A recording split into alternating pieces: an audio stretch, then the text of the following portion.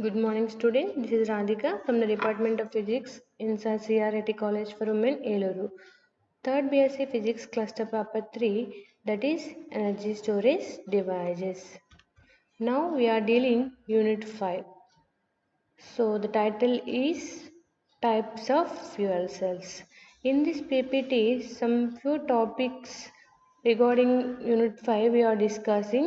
They are classification of fuel cell, alkaline fuel cell, and phosphoric acid fuel cells. So now coming to the classification of fuel cell. So unit 4లో మనమంతా కూడా fuel cell అంటే ఏంటో చెప్పాము, దాని working principle ఎలా ఉంటుంది, దాని పర్ఫార్మెన్స్ ఎలా ఉంటుంది అనేది చదివాం. ఇప్పుడు యూనిట్ 5కి వచ్చేసరికి మీకు టైప్స్ ఆఫ్ ఫ్యూయల్ సెల్స్ అంటే మనం ఇక్కడ ఫ్యూయల్ టైప్స్లో టైప్స్ని చదవడం జరుగుతుంది. సో మరి టైప్స్ ఆఫ్ సెల్స్ అంటే దాని యొక్క క్లాసిఫికేషనే కదా. సో ముందు క్లాసిఫికేషన్ ఆఫ్ ఫ్యూయల్ సెల్స్ అనేవి ఎలా ఉంటాయి అంటే ఈ the fuel cell technologies can be classified in many ways. So number of టైప్స్ని బేస్ చేసుకుని ఈ ఫ్యూయల్ సెల్స్ అనేవి క్లాసిఫై చేయడం జరిగింది. సో వేటి మీద బేస్ చేసుకుని జరిగింది అంటే ద ఫస్ట్ కాంపోనెంట్ వచ్చి fuel and oxidant combination. So మనం చెప్పుకుంటున్నాం కదా, 2 ఎలక్ట్రోడ్స్ ఉంటాయి, ఒకటి ఫ్యూయల్ ఇంకొకటి ఆక్సిడెంట్. సో అంటే ఇక్కడ మనకి ఫస్ట్ ప్రయారిటీ ఏంటి, ఫ్యూయల్ అండ్ ఆక్సిడెంట్ కాంబినేషన్ అంటున్నాం. అంటే ఎలక్ట్రోడ్స్ మీద బేస్ చేసుకుని కూడా మనకి ఫ్యూయల్ సెల్స్ అనేవి టైప్స్ కింద డివైడ్ చేయడం జరుగుతుంది. అలాగే సెకండ్ టైప్ వచ్చి ఎలక్ట్రోలైట్. మనం 2 ఎలక్ట్రోడ్స్ ఒక ఎలక్ట్రోలైట్ ఉంటుందన్నాం కదా, 2 ఎలక్ట్రోడ్స్ ఏమో fuel and oxidant and electrolyte. ఈ రెండింటిని బేస్ చేసుకుని వన్ ఆఫ్ ది టైప్ కింద క్లాసిఫై చేయొచ్చు. అండ్ నెక్స్ట్ ఎలక్ట్రోలైట్ని బేస్ చేసుకుని కూడా ఫ్యూయల్ సెల్స్ని మనం టైప్స్ కింద డివైడ్ చేయొచ్చు. అండ్ నెక్స్ట్ ఫ్యాక్టర్ వచ్చి టెంపరేచర్. సో టెంపరేచర్ని బేస్ చేసుకుని కూడా ఫ్యూయల్ సెల్స్ని టైప్స్ కింద డివైడ్ చేయడం జరుగుతుంది. అండ్ నెక్స్ట్ వాటి యొక్క అప్లికేషన్స్ అంటే అవి వాడేటువంటి అప్లికేషన్స్ని బేస్ చేసుకుని కూడా ఫ్యూయల్ టైప్స్ని డిసైడ్ చేయడం జరుగుతుంది. These are the factors to determine the classification of fuel cells. వీటి మీద బేస్ చేసుకుని ఫ్యూయల్ సెల్స్ అనేవి క్లాసిఫై చేయడం జరుగుతుంది. So next coming to first basing factor fuel and oxidant combination. So మరి ఫ్యూయల్ని ఆక్సిడెంట్ని కాంబినేషన్లో పెట్టుకున్నప్పుడు ఈ క్లాసిఫికేషన్ అనేది ఎలా ఉండొచ్చు అంటే which is based on the physical state of the fuel. So మనం తీసుకున్న ఆ ఫ్యూయల్ యొక్క స్టేట్ మీద డిపెండ్ అయి ఉంటుందంట. స్టేట్ అంటే ఏంటి, ఫిజికల్ స్టేట్ అంటే ఏదో సాలిడా, లిక్విడా, గ్యాసా. సో మనం తీసుకున్న ఫ్యూయల్ అనేది గ్యాస్ అయితే అప్పుడు అక్కడ ఉండేటువంటి గ్యాస్లు ఏంటి, హైడ్రోజన్, లోవర్ హైడ్రోకార్బన్స్. ఒకవేళ మనం తీసుకున్న ఫ్యూయల్స్ లిక్విడ్స్ అయితే ఆల్కహాల్స్, హైడ్రోజన్, హైడ్రోకార్బన్స్ తీసుకుంటాం. అండ్ నెక్స్ట్ ఒకవేళ సాలిడ్స్ అయితే మెటల్ హైడ్రేట్స్. వీటిని యూజ్ చేస్తూ మనం ఫ్యూయల్ సెల్స్ని క్లాసిఫై చేయడం జరుగుతుంది by the basing of factor fuel and oxidant. మనం తీసుకున్న ఫ్యూయల్ గ్యాస్ అవ్వచ్చు, లిక్విడ్ అవ్వచ్చు, సాలిడ్ అవ్వచ్చు. ఈ 3 ఫ్యాక్టర్స్ని బేస్ చేసుకుని మనం ఈ ఫ్యూయల్ సెల్స్ని డిజైన్ చేయడం జరుగుతుంది. వాటిని బట్టి టైప్స్ ఆఫ్ సెల్స్ని చెప్పడం కూడా జరుగుతుంది. అండ్ నెక్స్ట్ సెకండ్ ఫ్యాక్టర్ వచ్చి ఏంటి అంటే electrolyte. So the most commonly classification by electrolyte. అంటే మనం ఇప్పుడు చదివేటువంటి ఫ్యూయల్ సెల్స్ అయితే ఈ చాప్టర్లో ఏవైతే చదువుతామో అవన్నీ కూడా ఎలక్ట్రోలైట్ని బేస్ చేసుకుని క్లాసిఫై చేసినవే. So the most important classification is based on electrolyte. So ఈ ఎలక్ట్రోలైట్ని బేస్ చేసుకుని క్లాసిఫై చేసినటువంటి ఫ్యూయల్ సెల్స్ అనేవే చాలా చాలా ఇంపార్టెంట్. అవి ఏమవ్వచ్చు అంటే ఇట్ విల్ బి ఆక్వస్ అవ్వచ్చు, నాన్ ఆక్వస్ అవ్వచ్చు, molten or solid or alkaline or acidic. Previous చెప్పినప్పుడు మనం ఎలక్ట్రోలైట్ అనేది ఎసిడిక్ అవ్వచ్చు లేదా ఆల్కలైన్ అవ్వచ్చు, ఆ 2 టైప్స్లో ఉంటుంది. అప్పుడు మనం వాటిని ఆల్కలైన్, ఎసిడిక్ అని చెప్పాం. సో ఈ ఎలక్ట్రోలైట్ ఈ 2 అవ్వచ్చు, మోల్టెన్ ఆర్ సాలిడ్ అవ్వచ్చు, నాన్ ఆక్వస్ అండ్ ఆక్వస్ ఏదైనా అవ్వచ్చు. తీసుకున్న ఎలక్ట్రోలైట్ అనేది aqueous, non aqueous, molten or solid or alkaline or acidic ఏదైనా అవ్వచ్చు. సో వీటిని బేస్ చేసుకుని మనం ఎలక్ట్రోలైట్ని బేస్ చేసుకుని ఈ టైప్ ఆఫ్ ఫ్యూయల్ సెల్స్ ఎన్ని చెప్తున్నారు అంటే 5 టైప్స్ ఆఫ్ ఫ్యూయల్ సెల్స్. ఏంటి అవి అంటే alkaline fuel cell first, second phosphoric acid fuel cell, and third one molten carbonate fuel cell, fourth one solid oxide fuel cell, and fifth one proton exchange member in fuel cell. So these are the types of fuel cells basing on the factor of electrolyte. So ఈ electrolyte ని base చేసుకుని divide చేసినటువంటి fuel సెల్సే చాలా చాలా important. And the same time మన unit 5లో చదివేటువంటి అన్ని types of fuel cells కూడా ఎలక్ట్రోలైట్ని బేస్ చేసుకుని డివిజన్ చేసింది. సో ఈ 5 టైప్స్ ఆఫ్ ఫ్యూయల్ సెల్స్ని మనం ఇక్కడ చదవడం జరుగుతుంది. So next coming to the factor temperature. So టెంపరేచర్ని బేస్ చేసుకుని కూడా ఫ్యూయల్ సెల్స్ని చెప్పొచ్చు. ఎలా అంట లోవర్ టెంపరేచర్. సో ఎంత ఉంటే లోవర్ టెంపరేచర్ ఫ్యూయల్ సెల్స్ అవుతాయి? 25 to 100 డిగ్రీ సెంటీగ్రేడ్ ఉంటే అప్పుడు అవి లో టెంపరేచర్ని మెయింటైన్ చేసే ఫ్యూయల్ సెల్స్. మీడియం టెంపరేచర్ అంటే 100 to 500 డిగ్రీ సెంటీగ్రేడ్ని కనుక ఆపరేటింగ్ టెంపరేచర్గా పెట్టుకుంటే అవి మీడియం టెంపరేచర్ని బేస్ చేసుకున్నటువంటి fuel cells. And high temperature అంటే 500 to 1000 డిగ్రీ సెంటీగ్రేడ్ కనుక దానికి టెంపరేచర్ నీడ్ అవసరం అయితే ఆపరేటింగ్కి అప్పుడు అవి హై టెంపరేచర్ ఫ్యూయల్ సెల్స్ అవుతాయి. And very high temperature fuel cells అంటే 1000 అబోవ్ కనుక ఏ ఫ్యూయల్ సెల్ అయితే ఆపరేటింగ్ తీసుకుంటుందో దాన్నే మనం very high temperature fuel cells అంటాం. సో ఈ టెంపరేచర్స్ అన్నీ కూడా operating the fuel cells. So ఆ ఫ్యూయల్ సెల్స్ని కనుక ఆపరేట్ చేయడానికి ఈ రేంజ్లో ఉంటే వాటిని ఆ రేంజ్కి తగ్గ టెంపరేచర్స్ కింద మనం డిఫైన్ చేయడం జరుగుతుంది. లో temperature, medium, high and very high. So ఈ రేంజెస్లో కనుక ఆ సెల్ ఆపరేట్ అయితే ఆ పర్టికులర్ రేంజ్ని బట్టి ఆ ఫ్యూయల్ సెల్ని పిలవడం జరుగుతుంది. So next one of the type. ఇప్పుడు వరకు క్లాసిఫికేషన్ చూసాం కమ్మా. క్లాసిఫికేషన్ 3 ఫ్యాక్టర్స్ చెప్పాం: ఫ్యూయల్, ఎలక్ట్రోలైట్, టెంపరేచర్. సో ఈ 3 అప్లికేషన్స్ అనేవి ఇక్కడ ఇవ్వలేదు. సో ఈ 3 ఫ్యాక్టర్స్ మెయిన్ ఫ్యాక్టర్స్. ఇందులో electrolyte type of fuel cells అనేవి చాలా ఇంపార్టెంట్. ఇందులో మనం ఈ 5 టైప్స్ ఆఫ్ ఆల్కలైన్ ఫ్యూయల్ సెల్స్ని చదవడం జరుగుతుంది.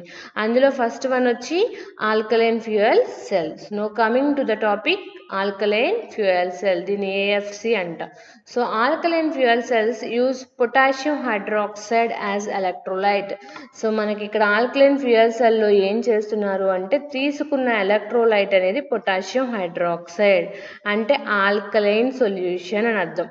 సో ఆల్కలైన్ అవ్వచ్చు లేదా ఆక్వస్ సొల్యూషన్స్, ఆక్వస్ సొల్యూషన్స్ని కూడా తీసుకోవచ్చు. మరి యానోడ్ క్యాథోడ్లు ఏంటి అంటే, యానోడ్ అంటే మనకి ఫ్యూయల్ ఎలక్ట్రోడ్ ఏంటమ్మ ఇక్కడ హైడ్రోజన్ తీసుకుంటాం. క్యాథోడ్ అంటే ఆక్సిజన్ ఎలక్ట్రోడ్ కదా, ఆక్సిజన్ తీసుకుంటాం. ఎలక్ట్రోలైట్ వచ్చి పొటాషియం హైడ్రాక్సైడ్ని తీసుకున్నాం. సో 2 ఎలక్ట్రోడ్స్ ఒక electrolyte. Hydrogen and oxygens are electrodes and KOH is the electrolyte for alkaline fuel cell. ఇక్కడ మనం మెయిన్ గుర్తుపెట్టుకోవాల్సింది ఏంటి అంటే, 2 టైప్ ఆఫ్ ఫ్యూయల్ సెల్స్ చెప్పాం ఎలక్ట్రోలైట్ని బేస్ చేసుకుని, acidic and alkaline. So major difference between acidic and alkaline ఏంటి అంటే, the migration of ions is most important. So in acidic electrolyte, acidic అంటే యాసిడ్స్ కనుక తీసుకుంటే అక్కడ మనకి మైగ్రేషన్ అనేది వేటికి ఉంటాయి అంటే H+ అయాన్స్ మైగ్రేట్ అవుతాయి. ఎలక్ట్రోలైట్లో నుంచి ట్రావెల్ అయ్యే అయాన్స్ ఏంటి అంటే H+ అయాన్స్. ఎప్పుడు ఎసిడిక్ ఎలక్ట్రోలైట్ అయితే. అదే ఆల్కలైన్ ఎలక్ట్రోలైట్ అయితే అక్కడ మైగ్రేషన్ ఏముంటుందంటే ఎలక్ట్రోలైట్లో ఏవి ట్రావెల్ అవుతాయి అంటే OH- అయాన్స్ ట్రావెల్ అవుతాయి. This is the main difference between acidic and alkaline electrolyte. So మీకు ప్రీవియస్ చెప్పినప్పుడు కూడా చెప్పాల్సింది point. So H+ ions migration ఎప్పుడు ఉంటుంది అంటే మనం తీసుకున్న ఎలక్ట్రోలైట్ ఎసిడిక్ అయితే. OH- అయాన్స్ మైగ్రేషన్ ఎప్పుడు ఉంటుంది అంటే మనం తీసుకున్న ఎలక్ట్రోలైట్ ఆల్కలైన్ అయితే. సో ఈ 2 కూడా చాలా చాలా key points. So acidic and alkaline అంటే, ఎసిడిక్ అంటే మనం అక్కడ మైగ్రేషన్ ఆఫ్ H+ అయాన్స్ చూస్తాము. ఆల్కలైన్ అంటే మైగ్రేషన్ ఆఫ్ OH- అంటే ఎలక్ట్రోలైట్లో ట్రావెల్ అయ్యేటువంటి అయాన్స్ అని అర్థం. సో మనం ఇప్పుడు తీసుకున్నది ఆల్కలైన్ కాబట్టి ఖచ్చితంగా ఎటువంటి అయాన్స్ ట్రావెల్ అవుతాయి?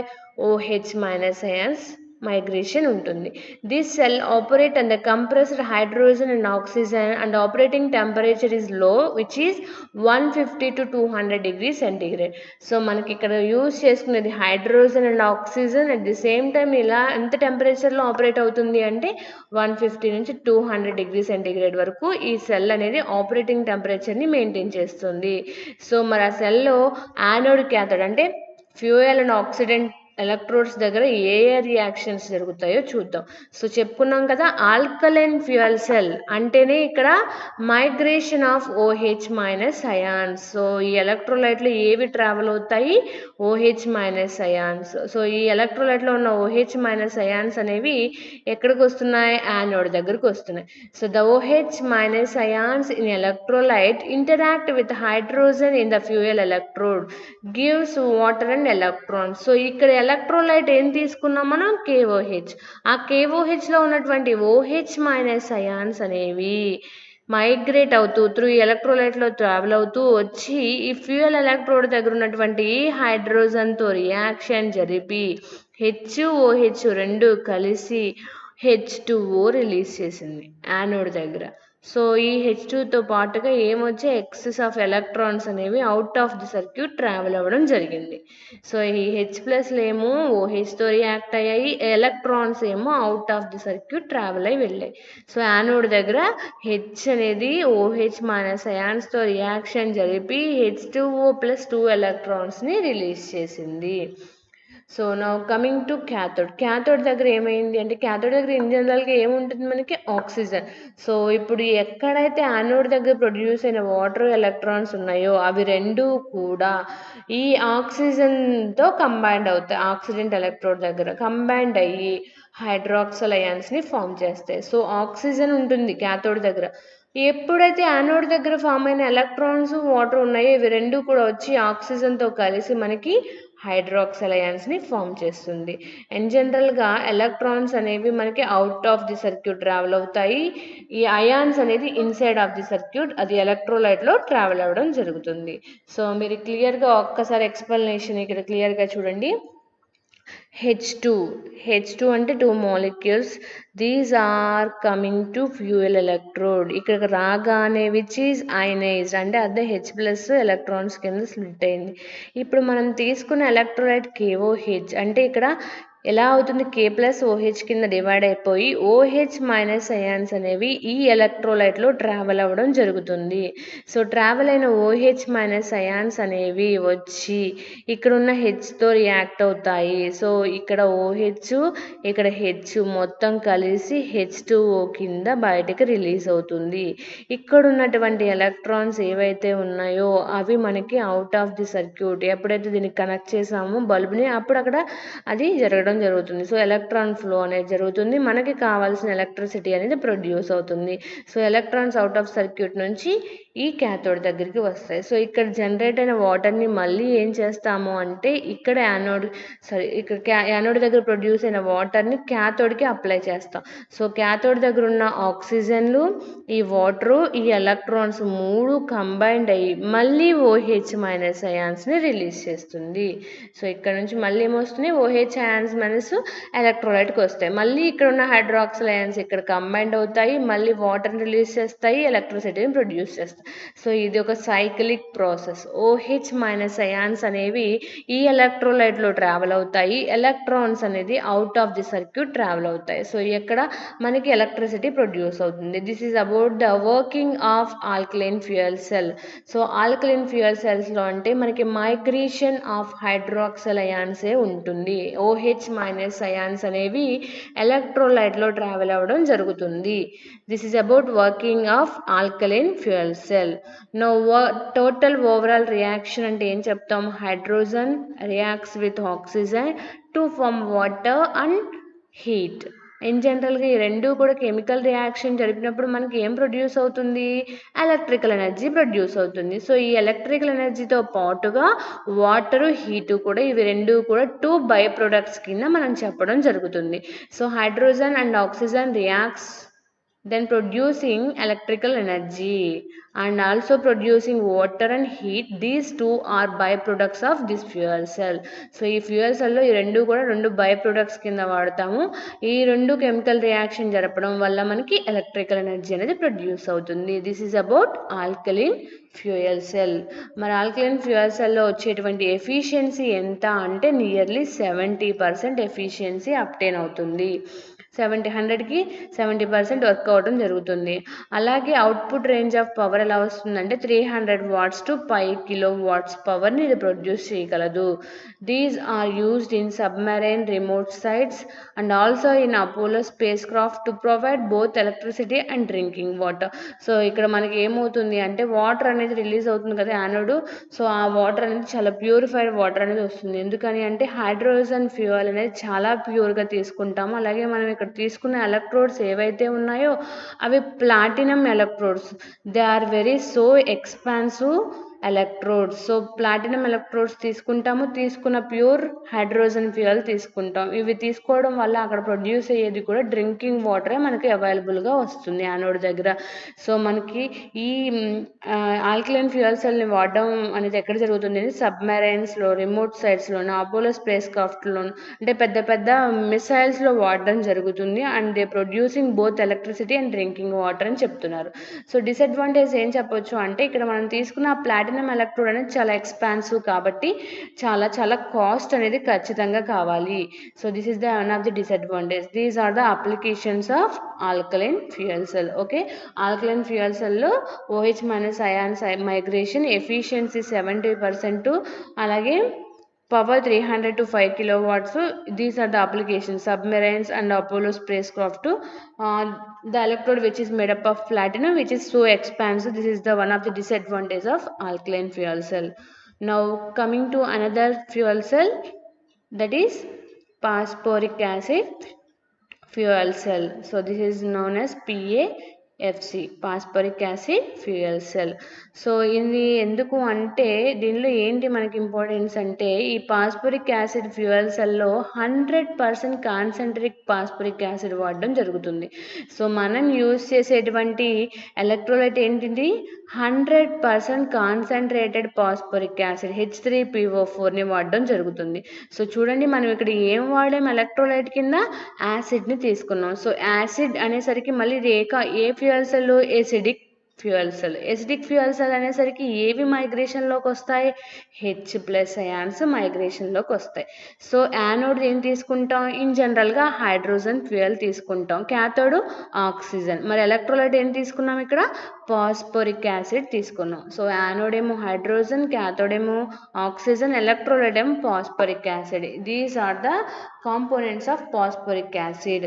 సో నో ఇక్కడ ఏం చెప్తున్నారు ఫాస్ఫోరిక్ యాసిడ్లో అయానిక్ కండక్టివిటీ అనేది చాలా తక్కువగా ఉంటుంది, విచ్ హ్యాస్ లో అయానిక్ కండక్టివిటీ అని చెప్పొచ్చు.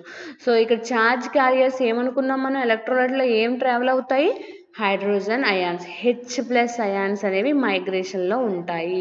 సో మరి యానోడ్ దగ్గర ఎటువంటి కెమికల్ రియాక్షన్ జరుగుతుందో క్యాథోడ్ దగ్గర ఎలాంటి రియాక్షన్ జరుగుతుందో చూద్దాం.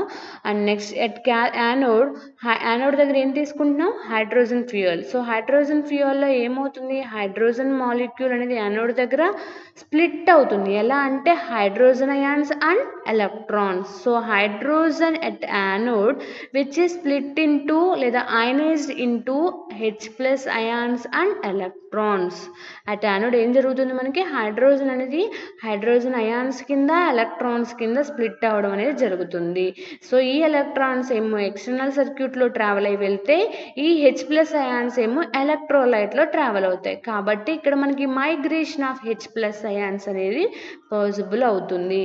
So the electron flow through external circuit and produce electric power while hydrogen ions travelling through electrolytes. So ఎలక్ట్రోలైట్లోనేమో hydrogen ions, out of the circuit ఏమో ఎలక్ట్రాన్స్ వెళ్ళి మనకి పవర్ని జనరేట్ చేస్తాయి. So this is the diagram. No at anode దగ్గర చూసాం కదా, ఇప్పుడు క్యాథోడ్ దగ్గర ఏముంటుంది మనకి ఆక్సిజన్ ఉంటుంది. యానోడ్ దగ్గర ఏం రిలీజ్ చేశాయి H+ని ఎలక్ట్రాన్స్ని. అవి రెండూ కూడా ఎక్కడికి వస్తాయి మళ్ళీ క్యాథోడ్ దగ్గర ఉన్న ఆక్సిజన్ దగ్గరికి వచ్చి the combine and form water molecule. So oxygen usually from air నుంచి వచ్చేటువంటి ఆక్సిజన్ తీసుకున్నాము క్యాథోడ్ దగ్గర, which is combined with hydrogen ions and electrons from anode నుంచి వచ్చేటువంటి హైడ్రోజన్ అయాన్స్ని ఎలక్ట్రాన్స్ని తో కంబైండ్ అయిపోయి ఏం ఫామ్ చేసింది వాటర్ మాలిక్యూల్ ఫామ్ చేసింది. సో ఎట్ క్యాథోడ్ ఇది జరిగింది. సో ఒకసారి డయాగ్రామెటిక్గా చూడండి. హైడ్రోజన్ మాలిక్యూల్ యానోడ్ దగ్గరికి రాగానే they split into hydrogen and electrons. So ఈ హైడ్రోజన్స్ ఏమవుతాయి, మనకి ఎలక్ట్రోలైట్ నుంచి ట్రావెల్ అవుతూ ఉంటాయి, మైగ్రేట్ అవుతాయి. So electrons out of the circuit travel అవుతాయి. సో ఈ H+ అయాన్స్ ఏమో త్రూ ఎలక్ట్రోలైట్ ఏమో క్యాథోడ్ దగ్గరికి వెళ్తే, ఈ electrons out of the circuit నుంచి క్యాథోడ్ దగ్గరికి వెళ్తాయి. సో రెండు కూడా క్యాథోడ్ దగ్గర ఉన్న ఆక్సిజన్తో రియాక్షన్ జరిపి H2Oని రిలీజ్ చేశాయి. This is the process of phosphoric acid fuel cell. Okay, here the migration of H+ ions. Now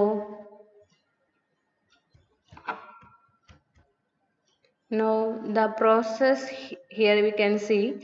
చూడండి, హైడ్రోజన్ మాలిక్యూల్ అనేది ఏమవుతుంది, వచ్చింది యానోడ్ దగ్గరికి వచ్చి, చూడండి హైడ్రోజన్ వచ్చాయి, they are split into hydrogen and electrons external circuit నుంచి ట్రావెల్ అయినప్పుడు బల్బ్ వెలిగింది. ఈ హైడ్రోజన్ అయాన్స్ ఏమో త్రూ ఎలక్ట్రోలైట్ ట్రావెల్ అయ్యి మళ్ళీ ఇది క్యాథోడ్ దగ్గరికి వచ్చాయి. ఎలక్ట్రాన్స్ వచ్చాయి, H+లు వచ్చాయి, ఫామ్ అయ్యి ఏమొచ్చింది, వాటర్ మాలిక్యూల్ వచ్చింది. సో బయటకు వచ్చేసింది కదమ్మా. సో వాటర్ అనేది రిలీజ్ అయింది. This is the operation of phosphoric acid fuel cell. H2 molecule will be coming to anode and it will be split into H+ and electrons. The electrons are moving around the out of the circuit and H+ ions moving through electrolyte. These two are combined with oxygen at cathode and forming water. This is the process operation of phosphoric acid fuel cell. So electrons flow అయినప్పుడు చూడండి bulb అనేది వెళ్ళడం జరుగుతుంది. This is the operation of phosphoric acid and the overall reaction is the hydrogen is combined with oxygen to form water and heat and which producing electricity. So మనకి hydrogen and oxygen రెండు combined reaction జరిపినప్పుడు electricity produce అవుతుంది. Byproducts కింద ఏమొస్తాయి, water and heat అనేవి produce అవ్వడం జరుగుతుంది. So మరి ఈ ఫాస్ఫరిక్ యాసిడ్ ఫ్యూయల్ సెల్ అనేది ఎంత టెంపరేచర్ దగ్గర ఆపరేట్ అవుతుంది అంటే 150 నుంచి 220 degrees సెంటిగ్రేడ్, అంటే మీడియం టెంపరేచర్ ఫ్యూయల్ సెల్ అని అర్థం. So the overall efficiency nearly 85 and compare to alkaline, ఆ ఫాస్ఫరిక్ యాసిడ్ ఫ్యూయల్ సెల్కి మనకి ఎఫిషియన్సీ అనేది ఎక్కువ ఉంటుంది. అవుట్పుట్ పవర్ ఎంత వస్తుంది, 50 to 200 కిలోవాట్ కెపాసిటీ పవర్ని ఇది రిలీజ్ చేయగలదు. అలాగే ఈ ఫాస్ఫరిక్ యాసిడ్ ఫ్యూయల్ సెల్స్ అనేవి వచ్చినటువంటి వేస్ట్ వాటర్ని కానీ హీట్ని కానీ వాటి యొక్క ఆపరేటింగ్ టెంపరేచర్స్ కింద కన్వర్ట్ చేసుకోగలవు. అలాగే లేదంటే they are producing steam at atmospheric pressure. అది తీసుకున్న వాటర్ హీట్ని ఏం చేస్తుంది అంటే హీటప్ చేసేసి తీసుకుంటే ఆపరేటింగ్ టెంపరేచర్ కింద కన్వర్ట్ చేసేసుకుంటుంది, లేదంటే ఆ స్టీమ్ కింద కన్వర్ట్ చేసేసి అట్మాస్ఫియర్లోకి పంపించేయడం జరుగుతుంది. అలాగే these are used in stationary power generators. So ఎక్కువ మనం ఎక్కడో యూజ్ చేస్తామంటే పవర్ జనరేటర్స్లో ఈ ఫాస్ఫరిక్ యాసిడ్ ఫ్యూయల్ సెల్స్ని వాడడం జరుగుతుంది. At the same time large vehicles like buses వాటిల్లో కూడా ఎక్కువగా పెద్ద పెద్ద వెహికల్స్లో మనకి ఈ ఫాస్ఫరిక్ యాసిడ్ ఫ్యూయల్ సెల్ అనేది వాడడం జరుగుతుంది. And next which has a low power density, it is the disadvantage of this cell. So మనకు ఉన్నటువంటి phosphoric acid fuel cell disadvantage ఏంటంటే which producing low power density, అంటే అవుట్పుట్ కొంచెం తక్కువగా ఇవ్వడం జరుగుతుంది, పవర్ని కొంచెం తక్కువ రిలీజ్ చేయడం జరుగుతుంది. That is the disadvantage of fuel cell. Okay, this is about phosphoric acid fuel cell. Thank you.